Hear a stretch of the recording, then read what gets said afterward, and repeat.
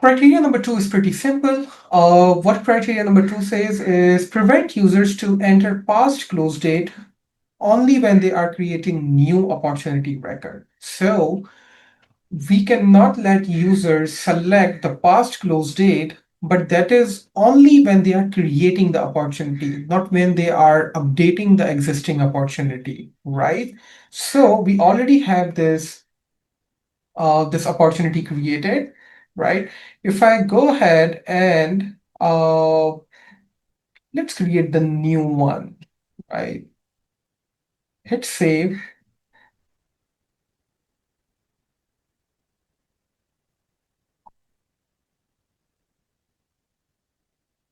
And I'll enter the close date of 18th, right? Which is today is 19th. If I enter the close date of yesterday, which is past close date, and let me select the stage.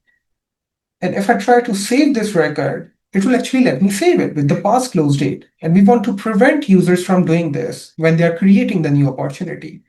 For that, let's go to the validation rule. Again, this validation rule I already created, but I have not activated this yet. So let's look at this first, then activate it.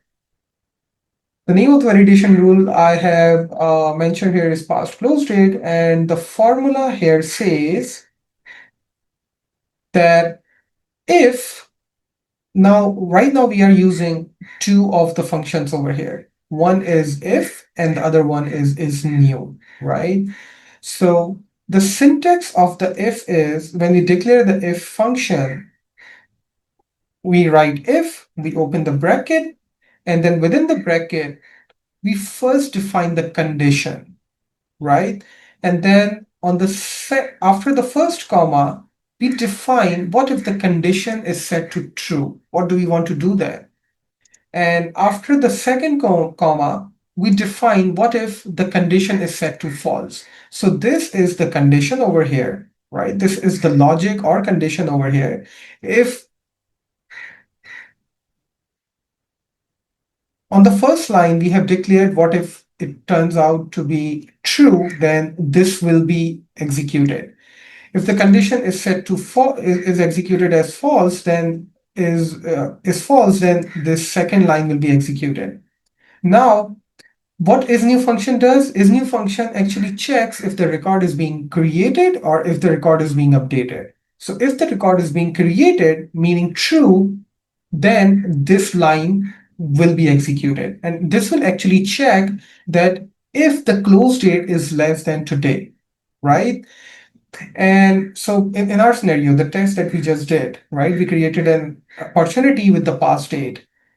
So it should check that it is new, which in result comes out to be true. The close date was the record was new. It will check that if the close date is less than today or not. In our case, we entered the close date of less than today. So it returned as true as well. And in this case, it will throw the error message that do not enter past close date, right?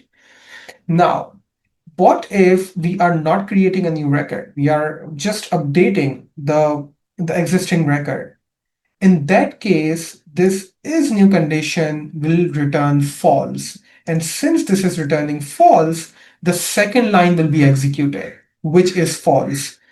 And when the whole formula is returning false, it will not throw any error message. It won't actually check if the close date is less than today or not, if the close date is past due or not. It will just let the user save the record. Now let's go ahead and activate this validation rule and do a quick test. Okay. So I'll go to the opportunities list view. I'll create an other opportunity. I will name this test 3 opportunity 3. Test 3